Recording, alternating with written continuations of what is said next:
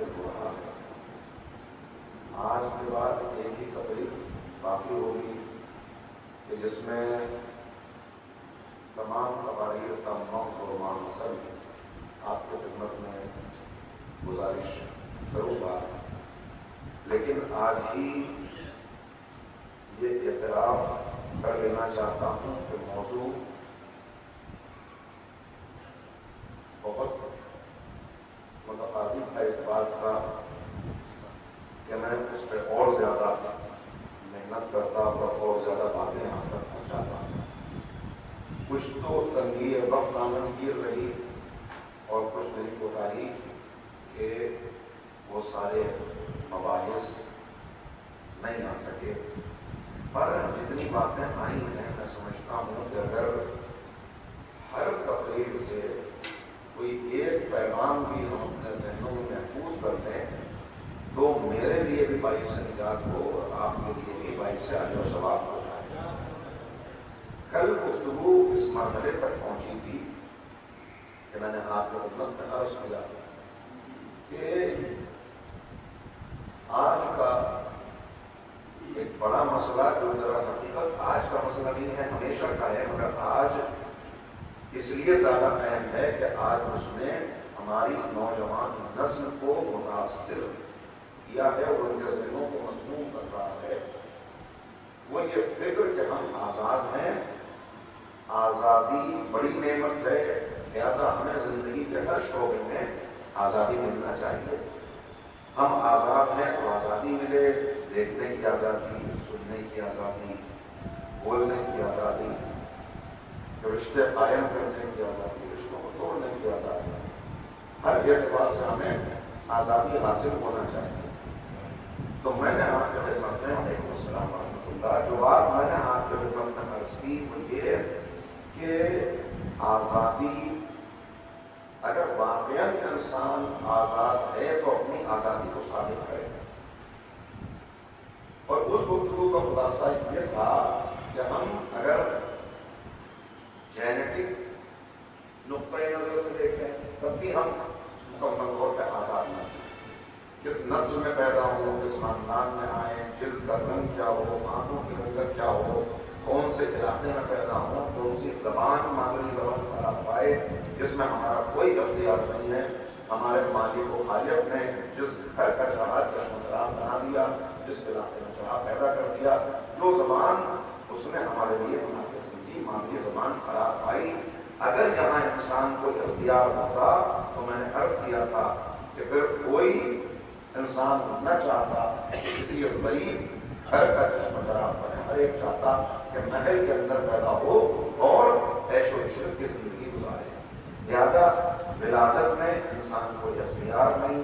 پھر اپنے نظام بدن پہ غور کر لے تو انسان دیکھ سکتا ہے کہ کس اعتبار سے بے اختیاری ہے کہ یہ نظام ہائے بدن جتنے ہیں یہ سب کام کر رہے ہیں. میں نے ایک مثال دی تھی کہ ہمارا دوران خون کلاک وائز ہے، ہم اس کو اینٹی کلاک وائز کرنا چاہیں ہم کو اختیار نہیں.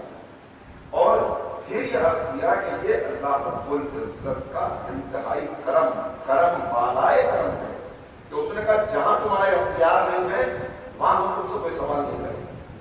لا یکلف اللہ نفسا الا وسعها. ہم تو کسی پر اس کی طاقت سے زیادہ بوجھ ڈالتے نہیں. تو جہاں اختیار نہیں ہے وہاں ہم تم سے سوال نہیں کریں گے. جہاں ہم نے تم کو اختیار دیا ہے وہاں سوال ہوگا. اختیار کہاں دیا؟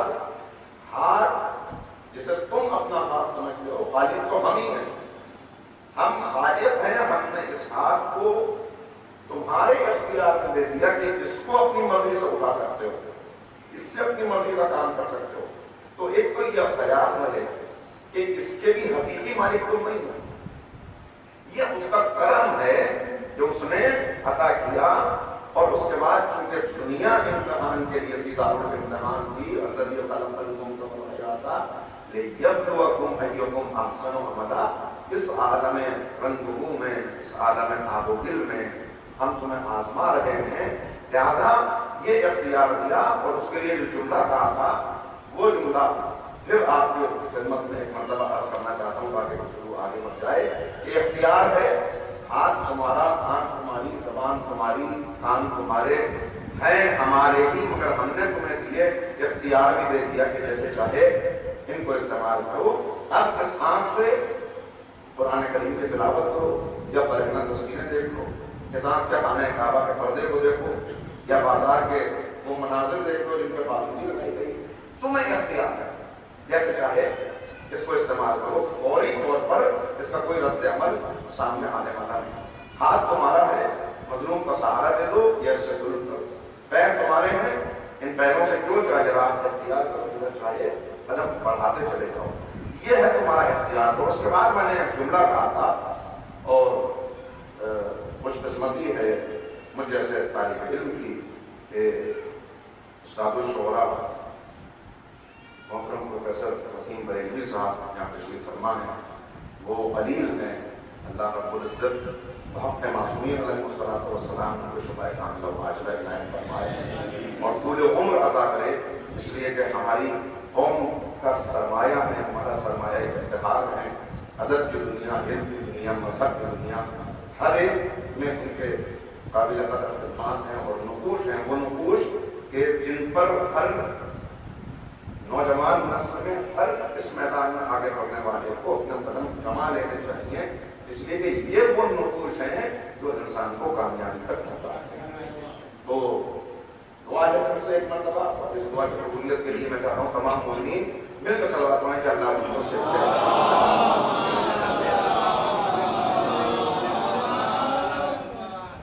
میں نے اس کو ایک جملہ کل کہا تھا، آپ کی موجودگی میں دوہرانا چاہتا ہوں کہ اختیار اللہ نے دے دیا، اب ہم سے کیا چاہا، اپنے انبیاء و مرسلین کو بھیجا، ہادیوں کو بھیجا، کتابوں کو نازل کیا، صحیفے اتارے، 1,24,000 انبیاء مسلسل رہنمائی کے لیے موجود ہیں، اور ان سب کا ایک ہی تقاضا ہے کہ تم کو جو اختیارات ملے ہیں اپنے اختیار سے اس اختیار کو رب کے اختیار میں دے دو، تو تمہارے اختیارات میں اتنا اضافہ ہوگا کہ تم تصور نہیں کر سکتے۔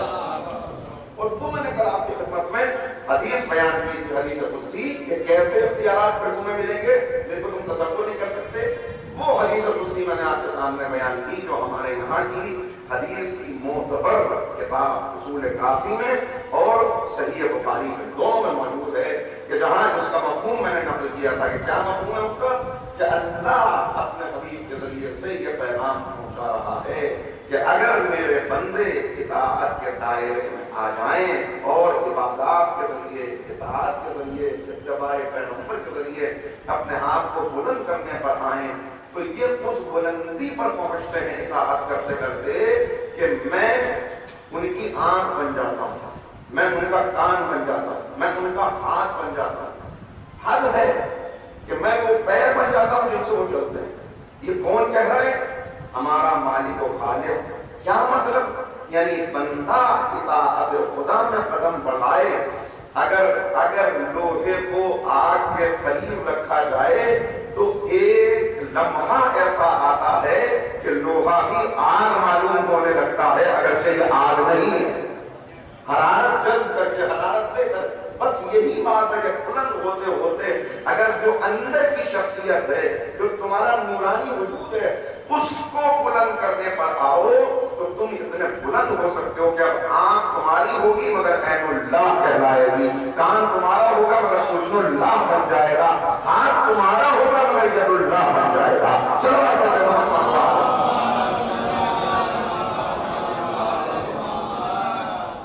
اور اس کے لیے راستہ کل میں آپ کی خدمت میں عرض کر رہا تھا کہ انسان کے 5 ڈائمینشنز ہیں۔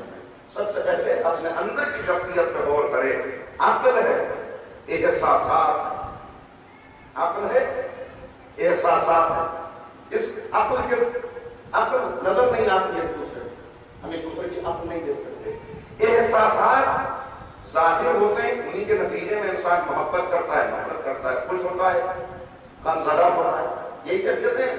اور میں نے عرض کیا تھا کہ یہ چیزیں ظاہر جو ہوتی ہیں، جو نظر آئیں گی، وہ 2 چیزیں ہیں، ایک گفتار، دوسرے کردار، گفتار اور کردار۔ تو اب قدم کہاں سے بڑھانا ہے کہ ان دونوں کی پہلے خبر لو، گفتار، زبان کی خبر لے، اپنے بندے اپنے زبان کی خبر لے کہ تیری زبان کیا بولتے زبان کی خبر ہے، یعنی جن چیزوں کو اختیار ہوتے ہوئے اپنا اختیار ختم کر لینا ہے، یہ بالکل ایسا ہے کہ جیسے میں عرض کروں آپ کے خدمت میں کیا بتایا گیا، بار بار جو بات بتائی گئی وہ کیا، مسلو اہل بیتی کمثل سفینۃ نوح، اہل بیت کی مثال سفینہ نوح جیسی ہے۔ دوسری حدیث سرکار سید الشہداء کے سلسلے میں وہ بھی سنیے، اور کیا اہم پیغام ہے۔ دنیا میں انسان ہر مسلمان، بلکہ دائرہ اور وسیع کر لیں تو ہر انسان، وہ آپ کو ظاہر میں جیسا بھی نظر آتا ہو، لیکن اس کی تمنا اصل میں جو اس کی فطرت کا تقاضا ہے، جو اس کے اندر سے آواز اٹھتی ہے، وہ یہی ہے کہ دنیا میں اس کو ہدایت کی راہ مل جائے اور آخرت میں اس کو نجات مل جائے۔ نجات اور ہدایت کی دونوں لازم و ملزوم ہے، یہاں ہدایت کی راہ ملے گی تو وہاں نجات ملے گی۔ ہر ایک کی دعا مصلی پہ کھڑے ہو کے اہدنا الصراط المستقیم، اہدنا الصراط المستقیم، یہی کہتے ہیں پڑھنے والے صراط مستقیم صراط مستقیم، تو ہر ایک چاہتا ہے کہ ہدایت کی راہ مل جائے، نجات مل جائے، دنیا میں ہدایت، آخرت میں نجات۔ حضور سرور کائنات پر لاکھوں سلام،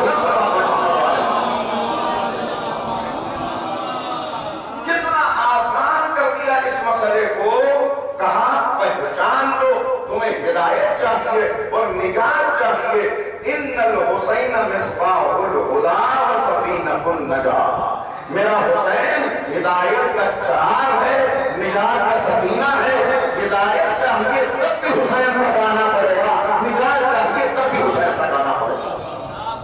کیوں؟ اس لیے کہ حسین باب الرسول ہیں، حسین تک آئیں گے تو رسول اللہ تک پہنچیں گے، حسین تک آئیں گے تو رسول اللہ تک پہنچیں گے۔ تو آگے یہاں تک دنیا میں ہدایت، آخرت میں نجات، دونوں حاصل ہو گئی، مگر وابستگی، زبانی وابستگی نہ ہو، الفاظ لب و دہن کے اسیر نہ ہو، بلکہ کوئی جملہ زبان پہ آئے تو زبان پہ آنے سے پہلے دل میں نور پیدا ہو۔ عرض کر چکا ہوں اس بات کو، تو بہت میں نے پڑھا ہے، اس لیے اس کو دہرانا نہیں ہے کہ کلمہ پہلے یہاں پہنچے تب یہاں آئے۔ شہادت، کوئی شہادت، کسی کی گواہی، وہ گواہی پہلے یہاں پہنچے۔ حسین کو آقا کہنا، وہ تو آقا ہیں، سب کے آقا ہیں، سب کے مولا ہیں، پیغمبر اکرم سب کے لیے منجی بشریت ہے، سب کے لیے رحمت للعالمین ہے۔ رحمت للعالمین ایک تعارف ہے، اور دوسرا تعارف وما ارسلناک الا کافۃ للناس بشیرا ونذیرا، پیغمبر کو پہچانو، ہم نے نبی کو تمام انسانوں کے لیے نذیر و بشیر بنا کر بھیجا، خوشخبری دینے والا اور ڈرانے والا۔ ڈراتے کس سے ہیں؟ عذاب خدا سے۔ خوشخبری کس چیز کی دیتے ہیں؟ اللہ کے انعامات کی، کہ انعامات کا اپنے آپ کو مستحق قرار دے۔ تو پیغمبر تک پہنچیں گے، پیغمبر تو سب کے ہیں، نبی سب کے ہیں، سوال یہ ہے کہ ہم بھی نبی کے ہیں یا نہیں ہیں۔ حسین سب کے ہیں، سوال یہ ہے ہم بھی حسین کے ہیں یا نہیں ہیں۔ وہ تو سب کے ہیں، مگر ہم نے کیا واپس کہی؟ اب میں ذرا درس سی بات کرنے جا رہا ہوں معذرت کے ساتھ۔ مسئلہ یہ ہے کہ ہم اس بات کو کرنے سے پہلے ایک بات اور عرض کرواتے ہیں۔ ایک بستی کے اندر شدید بیماری پھیلی ہوئی تھی، ایسی وبا نے بستی کو آگ گھیرا کہ ہر انسان بیمار، مرد بیمار، عورت بیمار، جوان بیمار، بوڑھا بیمار، بچے بیمار، امیر بیمار، غریب بیمار، جس کو دیکھو وہ بیمار، پوری بستی کے اندر بس بیماری ہے۔ کسی کو دل کا عارضہ ہے، کوئی جگر کا مریض ہے، کسی کو معدے کی خرابی ہے، کسی کی بینائی کمزور، ہر انسان بیمار ہے، بڑی پریشانی۔ بزرگ یاد کرتے ہیں کہ ہماری بستی میں بھی ایک ایسا وقت تھا کہ جب اس بستی کے اندر صحت تھی، جب اس بستی کے اندر راحت تھی، جب اس بستی کے اندر اچھی ہوائیں چلتی تھی، نہ جانے کس کی نظر لگ گئی، کیا ہو گیا بستی کو، کہ پوری بستی کس کی خبر بادشاہ کو ہوئی۔ بادشاہ رعایا کا خیال کرنے والا، اسے معلوم ہوا کہ میرے رعایا میں اختلاف ایسا یا بیماری پھیلی ہوئی ہے، وہ سب بیمار ہیں۔ اس نے ایک طبیب حاضر کو بھیجا کہ تم میری طرف سے جاؤ، دیکھو جا کے کیا مسئلہ ہے، کیا پریشانی ہے ان لوگوں کی، ان کا علاج کرو۔ وہ طبیب بادشاہ کے بھیجنے سے بادشاہ کے حکومت آیا، طبیب بھی ایسا کہ اس کی مثال شادی رانوں کا علاج کرنے والا، اپنے علم میں مہارت کرنے والا، وہ آیا اور اس نے آنے کے بعد تمام لوگوں کو جمع کیا۔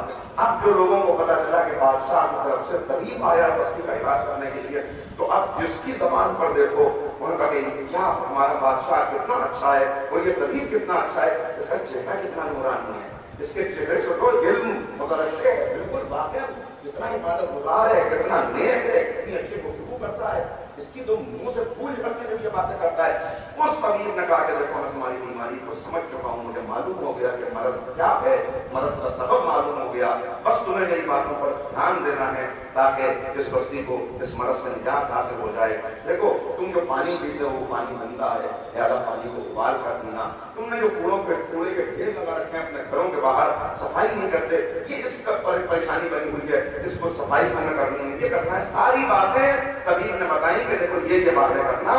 اب طبیب ساری باتیں کر چکا تو یہ لوگ کہنے لگے کہ یہ طبیب کتنا اچھا ہے، اس نے کتنی اچھی باتیں کی، اس نے کیا پیارا نسخہ بتایا، یہ کیا اچھا انسان ہے، ہر ایک طبیب کی تعریف کیے جا رہا ہے۔ اس نے کہا بس میری تعریف بہت ہوئی، چلو اب کام شروع کرتے ہیں۔ تو سب بیٹھ گئے وہیں پر۔ اس نے کہا چلو صفائی کریں، کہنے لگے کیا کہنے ہیں آپ بہت اچھے طبیب۔ اس نے کہا پانی ابال کر کے بھائی کیا کہنے ہیں، ایک دوسرے سے کہنے کتنا اچھا طبیب ہے، کتنی اچھی باتیں بتا رہے ہیں کہ پانی ابال کے۔ کافی دیر ہو گئی اس کو کہتے ہوئے کہ یہ کرو وہ کرو وہ کرو، وہ جب بھی کچھ کہے یہ اس کی تعریف کرنے لگے، وہ جب بھی کوئی بات کہے یہ آپس میں کہنے لگے کتنا اچھا ہے۔ تب اس نے کہا کہ مجھے تو یہی خبر ملی تھی کہ تمہارا جگر خراب ہے، دل خراب ہے، آنکھیں خراب ہیں، مگر اب پتا چلا تمہارا تو دماغ بھی خراب ہے۔ اس تعریف سے بھی تو تم میری تعریف کر رہے ہو۔ ارے بندگان خدا، میں بادشاہ کے وقت سے آیا ہوں، میری باتوں کو سنو، اس نسخے پہ عمل کرو، میں آیا ہوں تم کو شفا دینے کے لیے، میں آیا ہوں علاج کرنے کے لیے۔ بس بالکل یہی مسئلہ 1400 سال سے اس امت کا ہے۔ اللہ نے امت میں مرض دیکھ کر بندوں میں کفر و شرک کا مرض دیکھا، بے ایمانی کا مرض دیکھا، مختلف قسم کی پریشانیاں، اس اللہ نے اپنی طرف سے اپنے حبیب کو طبیب بنا کر بھیجا۔ نہج البلاغہ میں مولا تعارف کرا رہے ہیں کہ نبی کریم کو پہچانوں کے نبی کیا تھے، نبی ایسے طبیب تھے امت کے۔ کیسے طبیب؟ مولا کہہ رہے ہیں وہ طبیب نہیں جو کہیں اپنا مطلب کھول کے بیٹھ جائے، انتظار کرے کہ آنے والے آئیں، بلکہ وہ طبیب جو خود ایک مریض تک جا کے کہتا تھا کہ اے بندہ خدا یہ دوا کھانے والے تجھ کو شفا حاصل ہو جائے۔ مگر 1400 سال میں نبی کی تعریف تو بہت کی، قصیدے کو بہت پڑھے، نعتیں تو بہت کی، جب نبی نے کہا یہ کرو انہوں نے تعریف شروع کر دی۔ ارے وہ کہہ رہے ہیں نسخے پہ عمل کرو تاکہ علاج ہو۔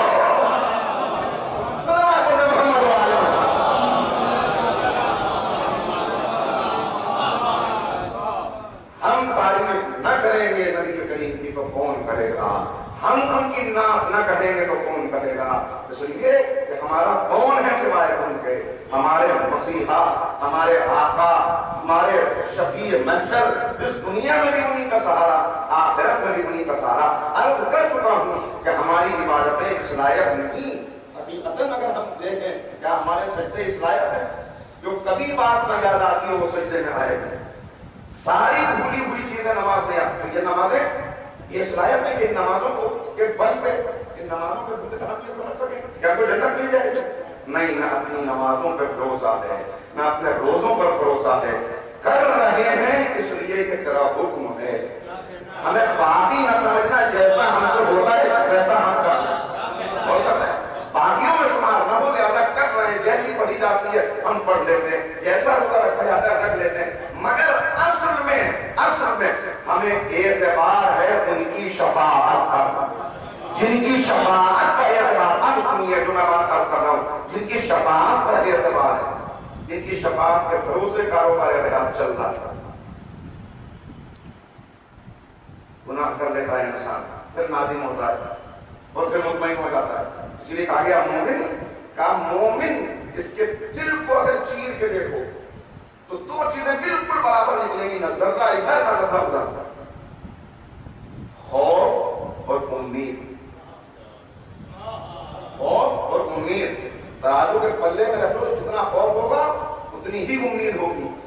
یہ خوف ہے جو محرک عمل بنتا ہے، یہ امید ہے جو مایوسی سے بچاتی ہے۔ ورنہ گناہ کرنے کے بعد مایوس ہو جائے جب تو میرا کچھ ہونے والا نہیں، تو کتنے تاریخ میں ایسے آپ کو نظر آئیں گے کہ مایوس ہو گئے، مگر یہاں آواز آئی لا تقنطوا من رحمت اللہ، اللہ کی رحمت سے مایوس نہ ہونا، رحمت سے مایوس نہ ہونا۔ تو امید جب وہ توبہ کا قبول کرنے والا ہے، اس نے کہا ان اللہ یحب التوابین، میں توبہ صرف قبول نہیں کرتا، میں توبہ کرنے والے کو محبوب رکھتا ہوں، محبت کرتا ہوں۔ جو جملہ کہا تھا اس کو پھر دوہرا دوں اس موقع پر کہ گر جانا عیب نہیں ہے، گرے رہنا عیب ہے۔ پیر پھسل گیا، گر گئے، کھڑے ہو جاؤ، کپڑے کھاڑو، آگے قدم بڑھاؤ۔ اب گرے بڑے تھوڑی ہو گئے، گناہ ہو گیا چونکہ ہم معصوم ہیں، گناہ ہو گیا چونکہ دنیا، حالات، شیطان، ازلی دشمن، جذبات، ٹیمپٹیشنز اندر سے اٹھنے والی ہے، خواہشات کہ جن پہ انسان لگام نہیں لگا پاتا، ان کی بنا پر گناہ ہو گیا۔ مگر اب آؤ آؤ واپس پڑھیں۔ عرض کیا اس سے پہلے بھی قرآن کریم آواز کرتا ہے أَيْنَ تَذْهَبُونَ فَأَيْنَ تَذْهَبُونَ، کہاں جا رہے ہو، کہاں جا رہے ہو؟ جب بیٹا جوان ہونے لگتا ہے وہی بیٹا جو ہر وقت باپ کے پہلو میں رہا کرتا تھا، انگلی پکڑے کو کہہ رہا ہے تو مجھے کام کرنا ہے، وہ نہیں چھوڑتا تھا، وہ باہر جا رہا ہے تو کہہ رہا ہے مجھ کو بھی باہر لے کے چلو۔ اب ذرا جوان ہونے لگتا ہے تو یہ جس کمرے میں باپ ہے وہ دوسرے کمرے میں بیٹھے گا، پاس نہیں رہنا چاہتا۔ اب وہ جا رہا ہے، باپ نظر رکھے، وہ اس کو معلوم ہے کہ اب یہ تبدیلیاں جو اس کے اندر آ رہی ہیں، جب جو یہ خواہشات جوان ہوئی ہیں، اس لیے یہ ایک حدیث پیغام دیتا چلوں، بڑا سلامت پڑھ محمد والے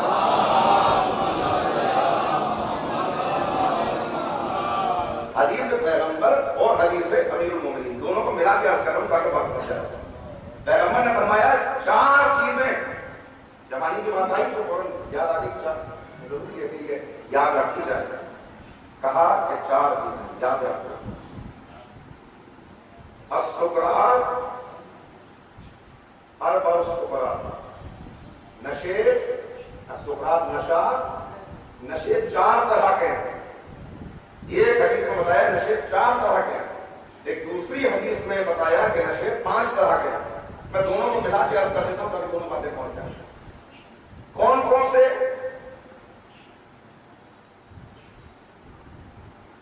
نشے؟ سکرات الشراب وسکرات الشباب وسکرات النوم، تینوں میں وسکرات الملک۔ چار نشے کون سے؟ کہ ایک نشہ شراب کا نشہ، ایک نشہ شباب کا نشہ، جوانی کا بھی ایک نشہ ہوتا ہے، ایک نشہ نیند کا نشہ، اور ایک نشہ ملک کا نشہ، اقتدار، دوسری، کسی کو دوسری جگہ کہا گیا کہ 5 نشے کون سے؟ ایک نشہ، وہاں شراب کا تذکرہ نہیں ہوتا، بلکہ وہاں صرف اخلاقی طور پر انسان کا جائزہ لیا جاتا ہے۔ لہٰذا وہاں بتایا گیا مال کا نشہ، قدرت کا نشہ، توجہ کیجیے گا، مال کا نشہ، قدرت کا نشہ، جوانی کا نشہ، علم کا نشہ اور مدح کا نشہ۔ 4 نشے وہ اور 5 یہ جس میں کہ کامن بھی ہے، بڑے خطرناک ہے، یہ بڑے خطرناک ہے۔ اور ان نشوں کا اصل سبب کیا ہے وہ میں عرض کر چکا۔ قرآن کریم، معاف کیجیے گا اگر آپ کی صحت زیادہ اجازت نہ دے اور آپ درد مجھے ایک مرتبہ سوال پڑھیں۔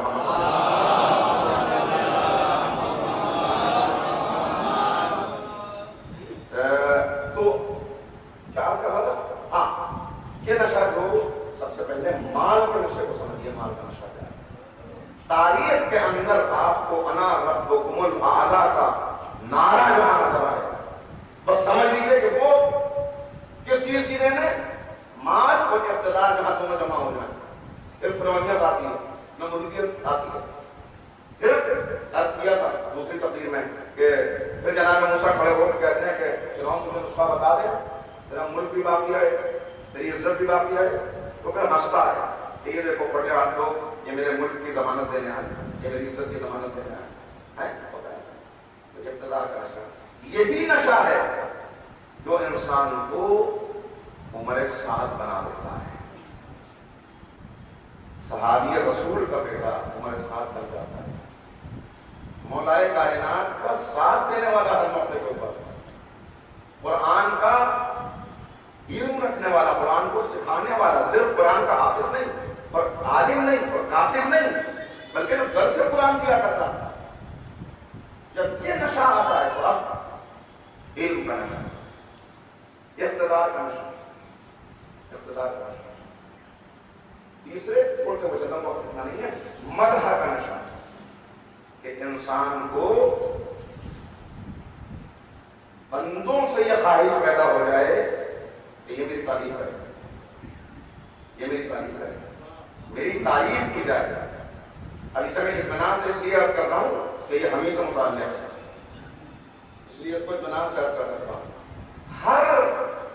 ہر انسان جس کے اندر کوئی تخلیقی صلاحیت پائی جاتی ہے، قبلہ تشریف فرمائیں، وہ شاعر ہو، ادیب ہو، گفتگو کرنے والا ہو، متکلم ہو، ہر انسان کے اندر یہ چاہت ہوتی ہے مجھے مقبولیت حاصل ہو۔ بری چاہت نہیں ہے اگر ایک حد تک، لیکن جہاں یہ چاہت اتنی بڑھ جائے کہ انسان یہ سوچے کہ بس مجھے مقبولیت ملنی چاہیے، چاہے حکم خدا و رسول کو پامال کیوں نہ کرنا پڑے، وہیں سے فرعونیت شروع ہوتی ہے، وہیں سے نمرودیت شروع ہوتی ہے۔ یہ جان بوجھ کے رکا اس لیے ہوں کہ اطمینان سے آپ کی خدمت میں عرض کر دوں، ایک نوحہ کہنے والا نوحہ کہتا ہے، نوحہ پڑھنے والا نوحہ پڑھتا ہے، قصیدہ خان قصیدہ پڑھتا ہے۔ چاہت اس کی کیا ہے؟ چاہت اس کی ابتدائی طور پر اولاً جب وہ قدم رکھتا ہے تو یہی ہوتی ہے کہ میں ان کی مدح کر کے صلہ ان سے حاصل کروں، صلہ مجھے وہ دیں، یہی چاہت ہوتی ہے۔ لیکن جب یہ چاہت اتنی بڑھ جائے کہ انسان اس صلے کو چھوڑ کر فیس بک پہ لائکس کتنے ملتے ہیں، ہٹس کتنے آتے ہیں، آگے کتنا بڑھتا ہوں، تو پھر انہی قصیدوں کے اندر میوزک شامل ہو جاتا ہے، جو آج آپ کو نظر آ رہا ہے ہمارے لیے بہت بڑا خطرہ، جس کو ہم محسوس نہیں کر رہے، اور جس کو نوجوان یا نوجوانوں سے متعلق ہے خاص طور سے، ایسے قصیدہ خان بڑی جلدی آپ کو پسند آتے ہیں، لائکس کتنے ان کو بلا دیا جائے، جو اپنے آپ کو قصیدہ خان ہی سیلیبریٹی بنا رہے ہیں۔ نمونہ عمل بدل نہ جائیں۔ ایک سروے کیا گیا، ایک مسلم ادارے نے سروے کیا، اور اس سروے کے اندر انہوں نے 6-8 سال کے 10 سال سے کم کے بچوں کو، بہت سارے مسلمان بچوں سے پوچھا کہ آپ بڑے ہو کر کیا بننا چاہتے ہیں، ہر ایک سے یہ سوال تھا۔ تو میں نے ان کا رپورٹ ان کی دیکھی تھی، آنسو تھے ان کی آنکھوں میں جب وہ بیان کر رہے، وہ کہہ رہے تھے کہ افسوس مسلمان بچے دیدار گھرانوں کے، ہم نے جس سے پوچھا کیا بننا چاہتے ہو، کسی نے کہا فلاں کرکٹر بننا چاہتا ہوں، فلاں سیلیبریٹی بننا چاہتا ہوں، فلاں ایکٹر بننا چاہتا ہوں، فلاں فٹ بالر بننا چاہتا ہوں۔ ہر ایک کا جواب یہی تھا، وہ کہتے ہیں میری امیدوں کا چراغ گل ہو جاتا کہ مجھے ایک پارک میں ایک 6 برس کی بچی ملی، 6-7 برس اس کی عمر ہوگی، کہ میں نے اس کو قریب بلایا، کہا کہ بیٹا آپ کیا بننا چاہتی ہیں بڑے ہو کر؟ کہا اس بچی نے ایک لمحے تک تحمل کیے بغیر فوراً جواب دیا میں بڑے ہو کے فاطمہ زہرا بننا چاہتا ہوں۔ رول ماڈل کس نے بدل دیے؟ رول ماڈل کیسے بدل گئے، کیسے بدل گئے، کہاں چلے گئے، کہاں چلے گئے؟ ایسے یہاں پہ غور کرنے کی، یہ کیوں؟ یہ نشہ، ایک نشہ ہے، ایک نشے کی کیفیت میں زندگی گزر رہی ہے، بڑھتے چلے جا، ماشاءاللہ. بس مولا کا قصیدہ خان ہے.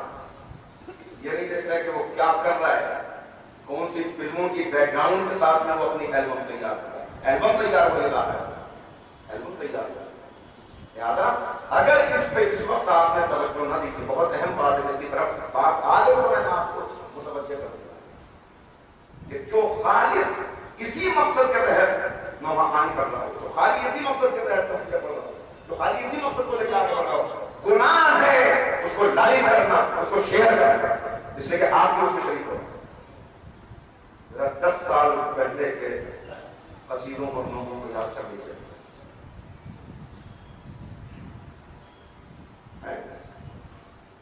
زبان سے شعر نکلے اور ناک سے آنسو نہ نکلے, ہاتھ سینے پر جائے, بے ساختہ انسان اپنا سر و سینہ پیٹ نہ دے. لہذا یہ بات درمیان میں آئی تو میں نے عرض کر دیا, تو کہا کہ ان نشوں سے اپنے آپ کو محفوظ رکھنا.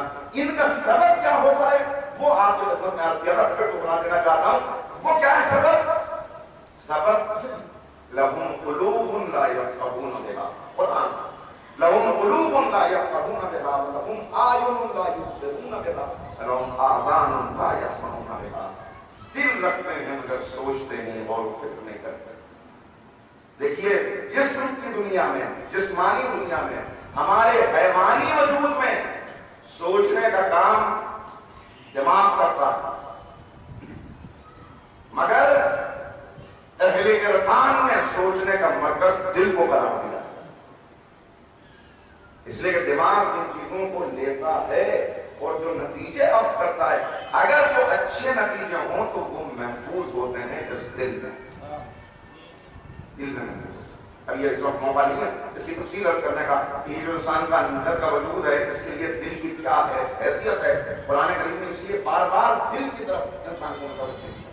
ہم نے ان کو دلوں کو سخت کر دیا, دل سخت ہو رہا, دلوں کی نرمی, دلوں کی سختی.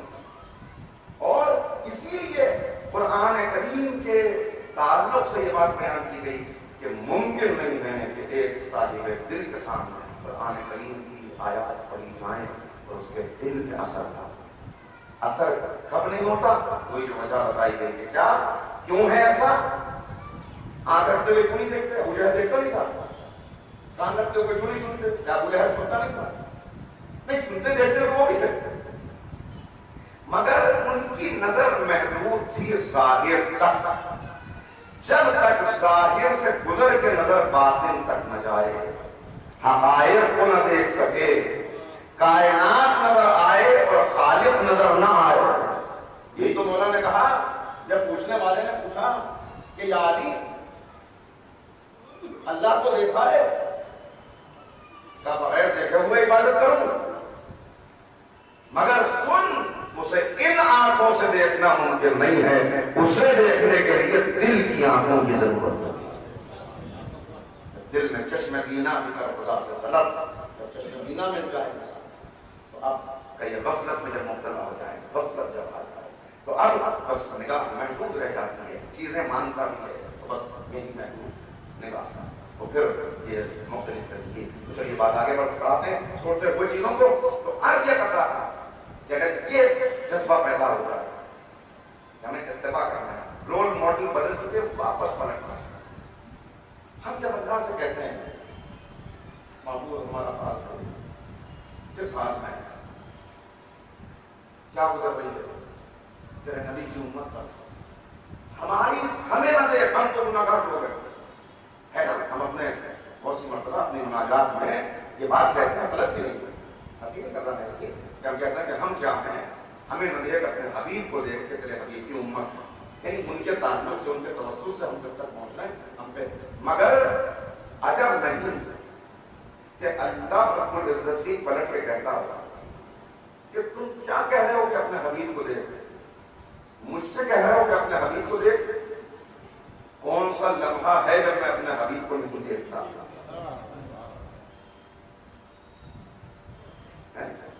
کون سا لمحہ جب میں نہیں دیکھتا. ان اللہ ملائکتہ یصلون علی النبی یا ایھا الذین آمنوا صلوا علیہ وسلموا تسلیما.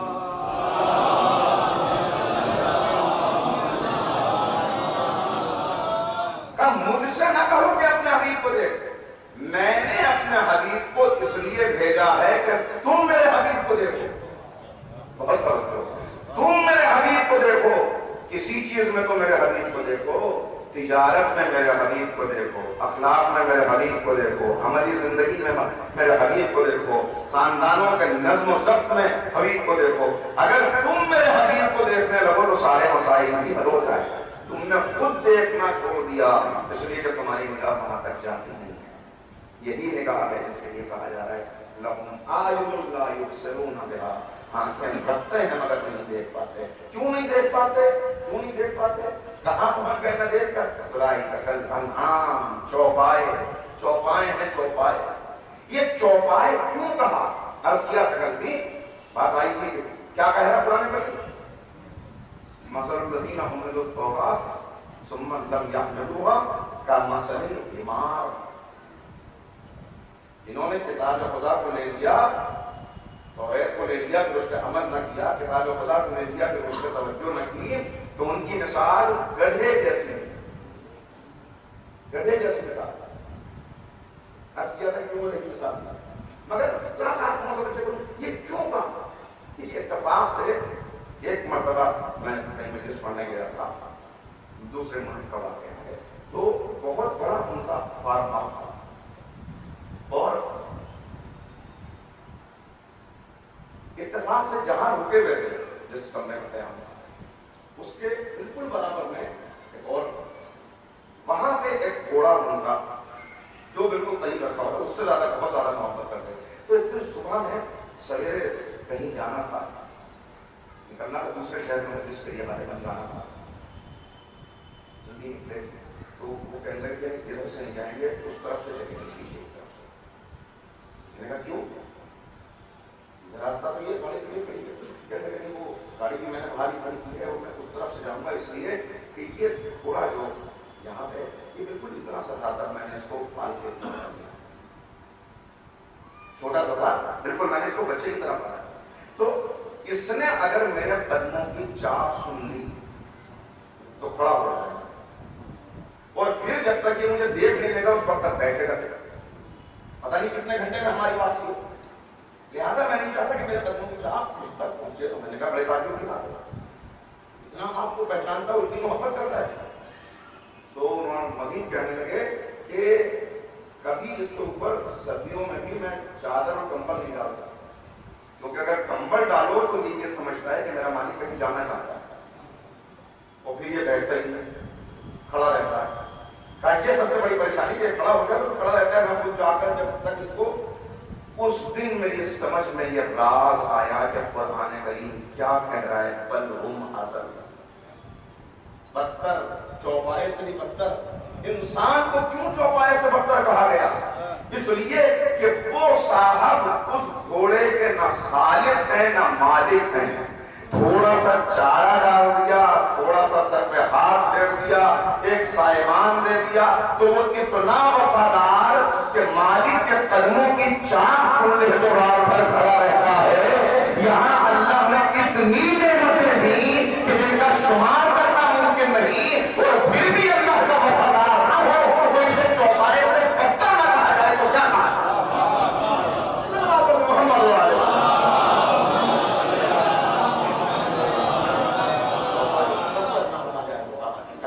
وہاں کھڑے کہ آزاد ہوں، مجھے آزادی ملنی چاہیے، اور آزادی کے نعرے دے کے اطاعت خدا کے دائرے سے نکل جانا چاہتا ہوں. آزاد، ہاں آزاد کس چیز سے آزاد ہے؟ سید الشہداء کی خدمت میں آنے والا آیا، مولا آقا گناہ کرنے میں لذت بڑی حاصل ہوتی ہے، بہت کوشش کرتا ہوں کہ گناہوں سے بچ جاؤں مگر بچ نہیں پاتا، مگر ہو نہیں پاتا مجھ سے، کیا کروں؟ کوئی طریقہ ہے یہ گناہ کی لذت بھی ملتی رہے، زندگی بھی گزرتی رہے؟ دیکھیے امام کہتے ہی حسین عادی اللہ کا جو انسان کے عقل کے مطابق، لوگوں کے فہم کے مطابق ان سے گفتگو کرے.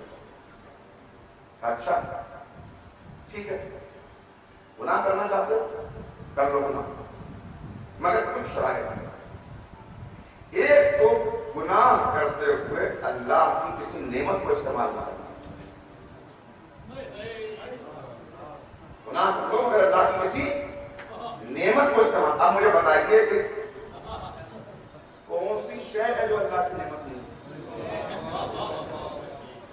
ایک تو اللہ کی نعمت کو استعمال کرنا, دوسرے گناہ کرو مگر ایسی جگہ چلے جانا کہ جہاں اللہ دیکھنا, تیسرے جب ملک الموت آئے تو ڈٹ کے کھڑے ہو جانا, اس کو روح نہیں خرچ کرنے دینا. اس نے سنا, وہیں پر بیٹھ گیا اور امام کے قدموں کو پکڑ لیا. کہا مولا, کہا مجھ جیسا عاجز, میرا یہ اختیار, میری یہ مجال, ملک الموت کو روک لوں, اللہ کی نعمت کا انکار کروں, اللہ کی نعمت کو چھوڑ کے گناہ کروں, ایسی جگہ چلا جاؤں؟ تو امام نے کہا کہ پھر جب تم اتنے عاجز ہو تو گناہ کیوں اصرار کرتے ہو؟ اس نے کہا مولا آپ کے ہاتھ پر توبہ کرتا ہوں, آج کے بعد کبھی گناہ نہیں کروں گا. یہ ہے نعمت اس کا. امام موسیٰ کاظم علیہ السلام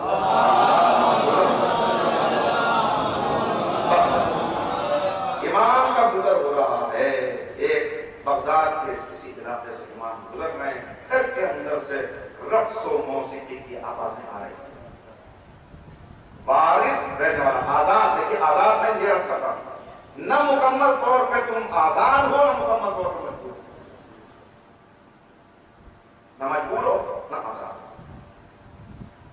رقص و موسیقی کی آوازیں آ رہی ہیں, امام کا گزر ہو رہا ہے. باپ کا انتقال ہوا ہے, بیٹا باپ کی دولت کا وارث بنا ہے, دوستوں نے گھیر رکھا ہے, راہ راست سے ہٹ چکا ہے. کون سی لذتیں ہیں جو اس نے, جن کو اس نے اپنا غلام نہ بنا رکھا ہو, یا جن کا غلام یہ نہ بن چکا ہے. لذتوں کا غلام, خواہشات کا بندہ, جگہ پر حسیر. امام کا گزر ہوا ہے, جلدی تیزی سے پتا چلا کہ امام آگے نکلنا چاہتے کہ اتنے میں کنیز آئی کوڑا پھینکنے کے لیے. کنیز کوڑا ڈالنے کے لیے آئی. اتفاقاً مالک, گھر کا مالک باہر دیکھ رہا تھا کسی سے, وہ جیسے ہی کوڑا ڈالنے کے لیے امام کے قریب سے گزری تو امام نے کہا ذرا دیکھو یہ کس کا گھر ہے؟ یہ کوئی آقا ہے یا غلام ہے؟ اس نے کہا کہ میں کنیز ہوں, اس کی میرے جیسے نہ جانے کتنے کنیز اور غلام اس نے خریدے ہوئے ہیں. آقا ہے؟ کہا دولت مند ہے یا غریب ہے؟ کہا کہ آپ یہ عجیب بات کرتے ہیں, اتنا بڑا مکان, ایسی عیش و عشرت, غریب کہاں سے ہوگا, دولت مند ہے. اچھا آزاد ہے, تمہیں یقین ہے کہ آزاد ہے, غلام نہیں ہے؟ غلام تو ہم ہیں, کنیز اور غلام ہم ہیں, وہ آزاد ہے. تو امام یہ کہہ کے آگے بڑھ گئے کہ ہاں کام بھی آزادوں والے ہیں, کام بھی آزادوں والے ہیں, شاید اللہ نے اسے حساب و کتاب اور عذاب جہنم سے بھی آزاد کر دیا ہے. امام آگے چلے گئے, کنیز واپس آئی, یہ بے چینی کے عالم میں کہ کنیز سے کیا گفتگو کر رہے فرزند رسول. جب قریب آئی کہا کہ کیا پوچھ رہے تھے؟ کہا کہ یہ سوال کر رہے تھے, اور آخر میں یہ کہہ کے چلے گئے کہ کام بھی آزادوں والے ہیں, جہنم سے بھی آزاد ہو گیا ہے, حساب و کتاب سے بھی آزاد ہو گیا ہے. بس عزیزو, کون سی بات کس نے کہی, یہ سنا جیسے کوئی پتھر ٹوٹ گیا, دلوں کے اندر بھی وہ تھے نا, خود پاش پاش ہو گیا, فوراً دوڑا دروازے سے. امام آگے جا کے بیٹھے, دوڑ کے گیا اور جا کے امام سے قدموں کے کہا آقا میں آزاد نہیں ہوں, میں آزاد نہیں ہوں, میں غلام ہوں. مجھے اللہ نے جہنم سے آزاد نہیں کیا, حساب کتاب سے آزاد نہیں کیا. بس آقا آج آپ کے ہاتھ پر توبہ کرتا ہوں, تمام گناہوں سے توبہ. میں پلٹ آیا, آپ کا پیغام مجھے مل گیا. جس وقت دوڑ کے آیا اس وقت پیروں میں نالین نہیں تھی, لہذا زندگی بھر اس توبہ کرنے والے نے پھر نالین نہیں پہنی کہ جب میں نے فرزند رسول کے ہاتھ پہ توبہ کی تھی تو میں پرہنا پا تھا, لہذا اب ہمیشہ ایسا ہی رہوں گا جیسا امام کے ہاتھ پر توبہ کرتے وقت تھا. تاریخ میں اس شخصیت کا نام لکھا بشر حافی.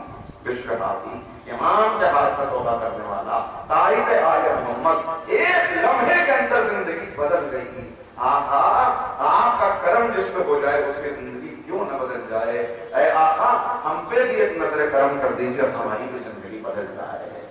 دعا کی قبولیت کے لیے صلوات کو پڑھیں.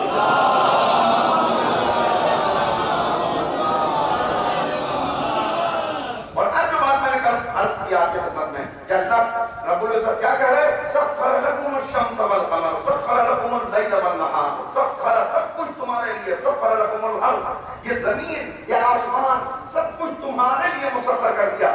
تم ہمارے بنو تو صحیح پھر دیکھو ہم تمہارے اختیارات کو کتنا وسیع کرتے ہیں.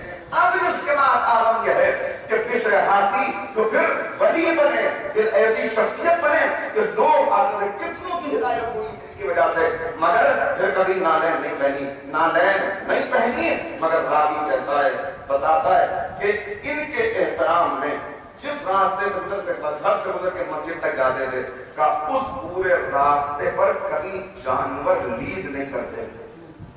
جانور گزر جاتے تھے مگر کبھی لید نہیں کرتے تھے. مینگیاں نہیں پائی جاتی تھی ولادت نہیں ہوتی تھی. کیوں؟ کہ شہافی یہاں سے گزرے. یہ ہے احترام. اللہ نے کہا کہ ہم نے تمہاری مصفت بصرے کے رہنے والے کسی شخص نے ایک خواب دیکھا اور خواب میں دیکھا میں نے اپنے سر پہ آسمان اٹھایا ہوا ہے اور نور ہی نور ہے نور ہی نور ہے میرے سر پہ آسمان ہے. بڑا حیرت آیا کہ میں نے کیا خواب دیکھا. سوچا بشر حافظ جا کے اس کی تعبیر معلوم کروں اس لیے اس کو بڑی مقبولیت تھی. پہنچا بشر حافظ سے پہنچ کے اس کی تعبیر مگر اب جو آیا وہ کیا دیکھا جن راستوں پہ کبھی گوبر کبھی ولادت نہیں تھی آج ان راستوں کے اوپر گوبر گندگی موجود ہے. بس اتنا بڑا کہا بشر حافظ کی تو خیر ہے گھر پہنچا معلوم ہوا کہ بشر حافظ چلے اب رک گیا کہ چلو کم سے کم جنازے میں شرکت کروں یہاں کر آیا. اب تو یہ جنازہ نہیں چل رک گیا. جنازہ جب نکلا تو اس نے کندھا دینا چاہوں گا اتنا ہجوم تھا کہ کندھا نہیں دے سکتا. اور دن دن میں سوچ رہا تھا کہ میرا ہاتھ بھی رہ گیا تعبیر بھی پتہ نہیں چل پائی معلوم ہو جاتا مگر خیر چلو. جب دیکھا کہ نہیں موقع ملتا تو تابوت کے نیچے آ گیا جنازے کے نیچے آ گیا کہ چلو کم سے کم ویسے کندھا نہیں دے سکتا نیچے. پر جیسے ہی نیچے آیا فوراً اس کے کانوں میں ایک آواز آئی یہی تیرے خواب کی تعبیر ہے. تو نے جو رات نور اور آسمان دیکھا تھا وہ یہی تعبیر ہے. صلوات علی محمد و آلہ.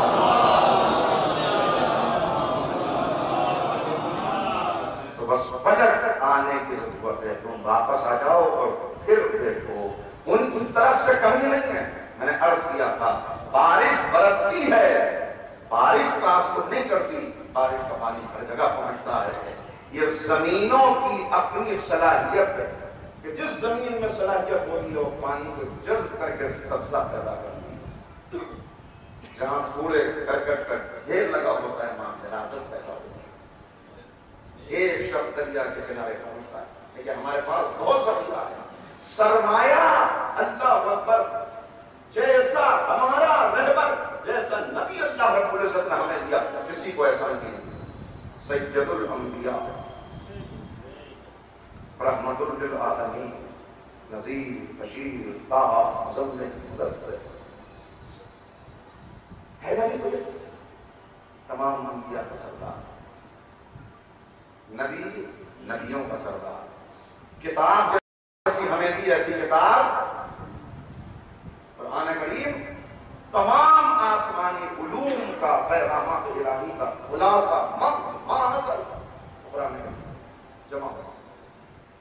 ائمہ مولا کائنات سے لے کر حضرت حجت تک سب کو دیکھ جائیے. ہے کوئی مثال؟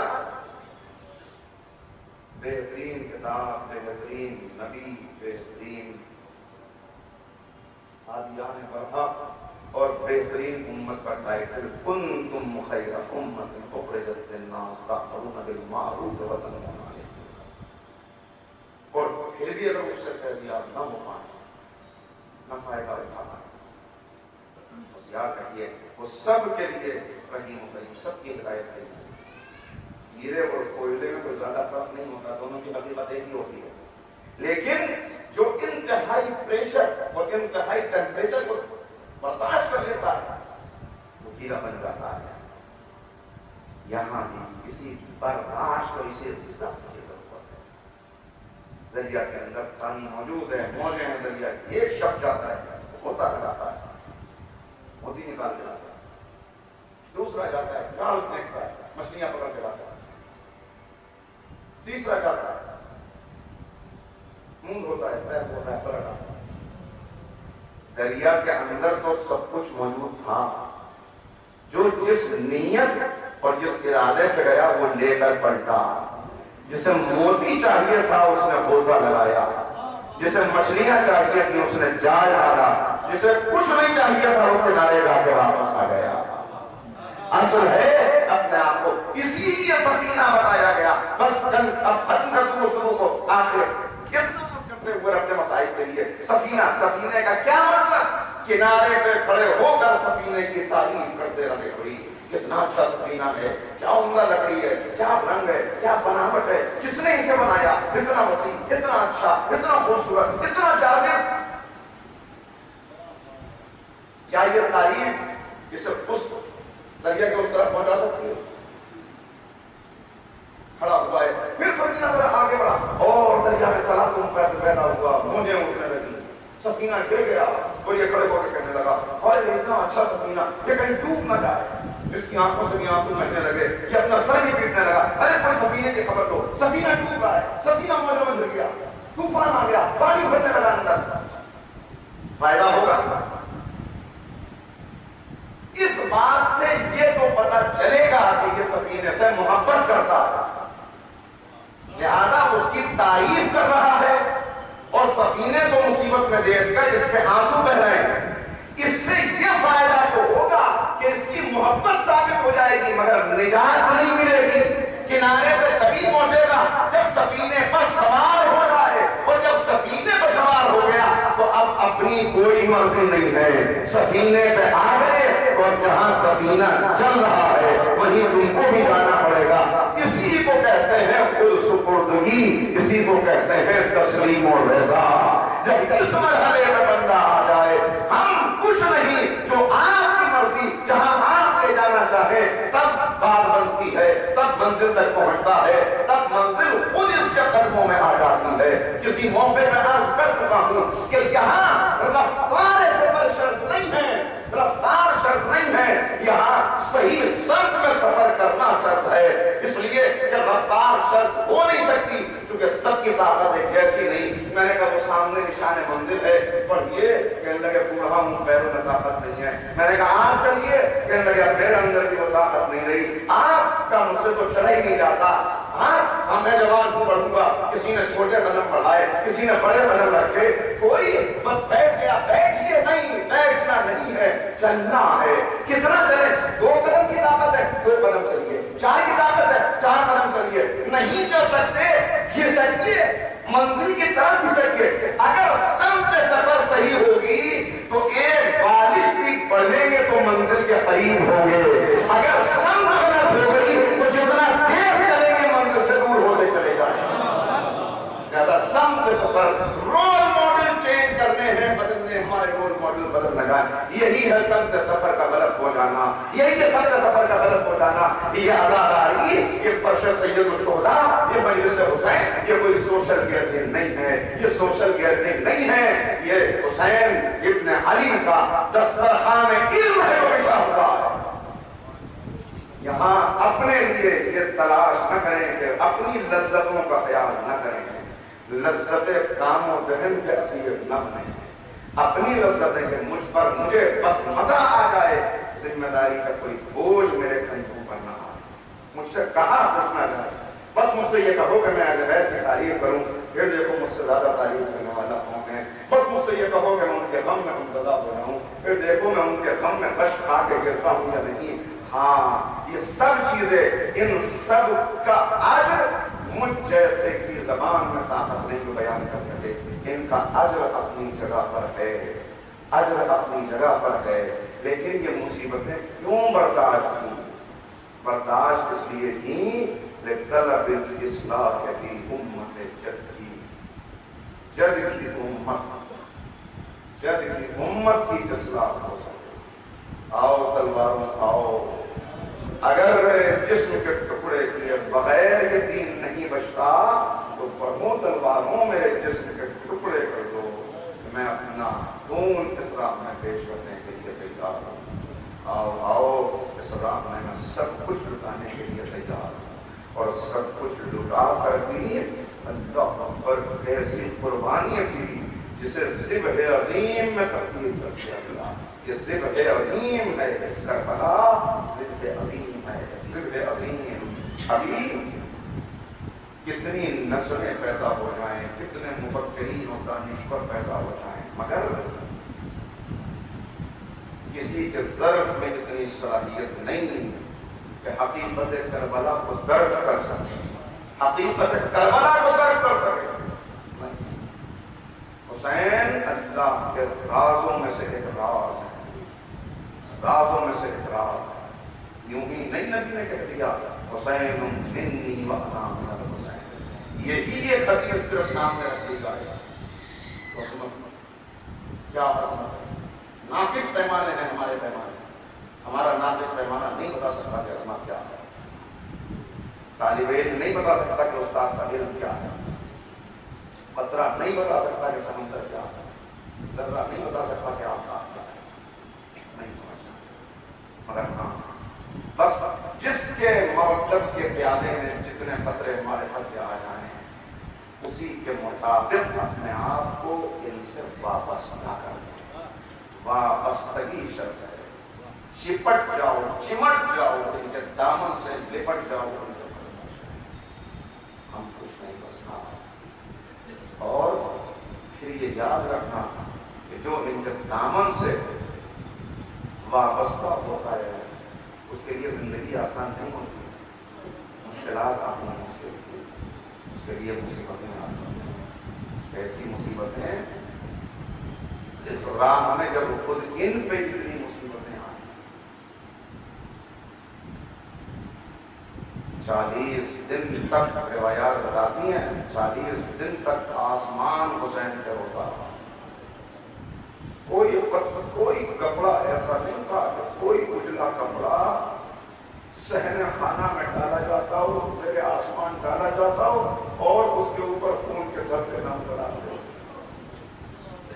بیت المقدس کے پتھر کو اٹھایا جاتا تھا تو اس کے نیچے سے خون ابلتا ہوا نظر آ رہا. جناب ام سلمہ بیان کرتے ہیں مدینے کے اندر دھوپ جب نکلی تو اس دھوپ کا رنگ سرد تھا اور دھوپ کو کہا کہ ہم نے دیوار پہ پہلے کوئی دیکھا تو ایسا لگتا تھا یہ دھوپ نہیں ہے، کسی نے خون آلود چادر ہے جو دیوار پہ ڈال. یہ زمین و آسمان کیا پیغام دے رہے تھے. یہ زمین و آسمان، میں سوچتا ہوں یہ آسمان کس کا ماتم کر رہا تھا، یہ زمین کیوں رو رہی تھی.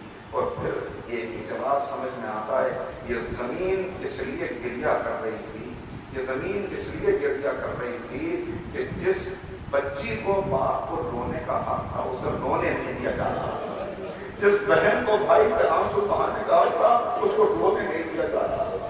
اللہ اکبر. اسے رونے ادھر ہاں آپ رو لیتے ہیں نا، رو لیتے ہیں، شکر ادا کیا کیجیے اس بات پہ جب پلکیں آنسوؤں سے وضو کریں تو فوراً شکریہ ادا کیا کیجیے. اس لیے کہ میری نظر سے حدیث معصوم گزری کہ اگر 3 مرتبہ تمہارے سامنے نام حسین آئے اور آنکھوں میں آنسو نہ آئے تو پھر اس بات پر رونا کہ مجھے رونا کیوں نہیں آتا. 3 مرتبہ نام حسین آئے اور دل میں کشک پیدا نہ ہو تو پھر آنکھوں کو اٹھا کے کہنا پالنے والے مجھے رونے والی آنکھ عطا کر دے، مجھے حسین کے غم سے مبتلا ہونے والا دل دے دے، میرے قلب کو حرارت عطا کر دے، مجھے سجد الشہداء کے غم میں رونے کی توفیق عطا فرما. اس لیے کہ امام یہی کہہ رہے تھے اپنے شبیب جب بھی کسی چیز پہ رونا آئے تو میرے جد مظلوم کا ماتم کرنا. اس لیے کہ میرے جد کو پس گردن سے ذبح کیا گیا، پس گردن سے. اور حسین خود میدان کربلا میں کہہ رہے تھے مجھے رلا رلا کے مجھے رلا رلا کے شہید کیا گیا. ہاں اہل عذاب میں کہاں سے الفاظ لاؤں، بس ختم ہو گئی تقریر. رلا رلا کے کیوں حسین کو رلا رلا کے نہ شہید کیا گیا ہوگا؟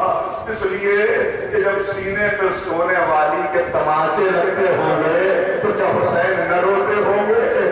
جب بہن کے بازوؤں میں رسیاں بندی ہوں گی تو کیا نہ حسین نہ روئے ہوں گے؟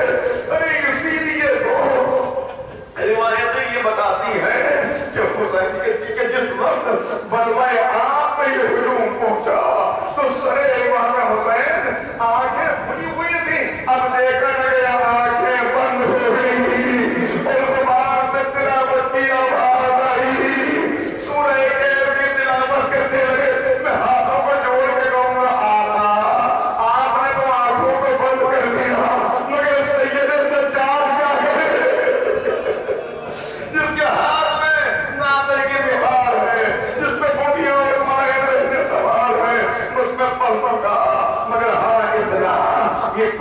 تاریخیں ہیں، یہ وہ تاریخیں ہیں کہ اہل حرم کا قافلہ یزید کے دربار میں ہے۔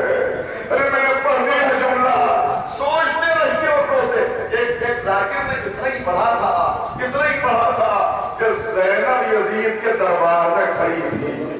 عالم دین بیٹے نے کہا رک جا اس کے آگے مسائل نہ پڑھ، اور اس کے بعد رونا شروع کیا۔ اتنا روئے کہ روتے روتے بس آ گیا۔ ایک مرتبہ اس نے کہا کہ آگے کیوں نہیں پڑھنے دیتے؟ کہا ارے یہ مصیبت ہے، چھوٹی مصیبت ہے، پہلے میں اس مصیبت کا ماتم تو کر لوں کہ کہا شرابی کا دربار، کماری کی بیٹیاں، نبی کی نوازیاں، جن کا سایہ بھی کبھی سورج نے نہ دیکھا، جن کو کبھی کسی نے جن کا تعمیر بھی تاریخ یہ شنگھ اٹھا، یہ اس کی بیٹیاں بس پڑھ چکا۔ سننا یزید کا دربار، یزید نے جب دیکھا تفصیل، جب دیکھا ان قیدیوں میں ایک چھوٹی سی بچی ہے، ایک پیر اٹھاتی ہے، ایک پیر زمین پر رکھتی ہے۔ یزید جیسے سنگ دل کو بھی رحم آ گیا، کہنے لگا اے بچی تو بار بار اپنا پیر کیوں اٹھاتی ہے؟ بچی نے معصومیت کے لہجے میں کہا کہ جس رسی میں میری ماں اور بھائیوں کے بازو بنے ہیں اسی میں میری گردن بنی ہے، جب ان میں سے کوئی پہلو بدلتا ہے رسی کھینچنے لگتی ہے تو میں اپنا پیر اٹھاتی ہوں۔ کہا اچھا یہ رسی کھول دی جائے۔ یزید نے کہا رسی کھول دی جائے۔ ایک مرتبہ رسی کھولنے کے لیے کوئی شخص آگے بڑھا تھا، سکینہ تھرتھرانے لگی، کہا میں قریب نہ آنا، میں فاطمہ کی پوتی ہوں، مجھے ہاتھ نہ لگنا، میں فاطمہ کی پوتی ہوں، میرا بھائی سید سجاد کی رسی کھول دے۔ لیجیے کسی طرح رسی کھلی۔ ایک مرتبہ کا بچی بیٹھ جا، بچی تو بیٹھ جا، مگر بچی نہ بیٹھی۔ کہا بیٹھتی کیوں نہیں؟ کہا کیسے بیٹھ جاؤں، میری ماں کھڑی ہوئی ہے، میری بیویاں کھڑی ہوئی ہیں۔ کہا اچھا ساری بیویاں بیٹھ جائیں، سب بیویاں بیٹھ جائیں، مگر کوئی بیوی نہ بیٹھی۔ کہا بیویوں تم بیٹھتی کیوں نہیں؟ کہا کیسے بیٹھ جائیں، وقت کا امام آنکھوں میں ہے پیروں میں بیٹھ گیا۔ کہا اچھا سب بیٹھ جائیں، اے علی ابن حسین تم بھی بیٹھ جاؤ، مگر سید سجاد کی آنکھوں سے آنسو بہتے رہے۔ سید سجاد نہ بیٹھے۔ کہا کیوں نہیں بیٹھتے؟ اب میں کیسے یہ جملہ سناؤں؟ کہا کیوں نہیں بیٹھتے؟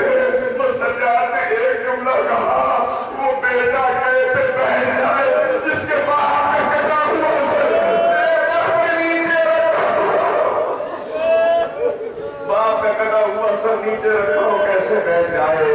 بس ایک مرتبہ یزید نے کہا کیا یہی وہ بچی ہے جو باپ کے سینے پہ سوتی تھی؟ سکینہ نے کہا میرا بابا مجھے کھجوریں کھلاتا تھا، اپنی گود میں بٹھاتا، اپنے سینے پہ سلاتا۔ کہا بہت محبت کرتے تھے تمہارے بابا؟ کہا ہاں میرا بابا مجھ سے بہت محبت کرتا تھا۔ کہا تو ہم تو تب جانے کہ جب یہ کٹا ہوا سر خود تمہاری آغوش میں آ جائے۔ عجیب منظر تھا، وقت کی نبضیں رکی ہوئی تھی، دربار میں سناٹا تھا، بچی نے چلے ہوئے مردے کا دامن اٹھایا۔ بابا آپ کی محبت کا امتحان لیا جا رہا ہے، بابا میری گود میں آ جائیے۔ عجیب منظر دیکھا سب نے، حرکت ہوئی، سر مشق سے بلند ہوا، سکینہ کی آغوش میں آیا، بچی نے چہرے پہ چہرہ، اے بابا بابا آپ کے رخسار پہ یہ نشان کیسے، پیشانی پہ یہ زخم کیسا؟ اور دیکھا بابا آپ کی سکینہ کو تماچے لگے، بابا جو گوشت والے آپ نے پہنائے تھے کان زخمی رہ گئے، گوشت والے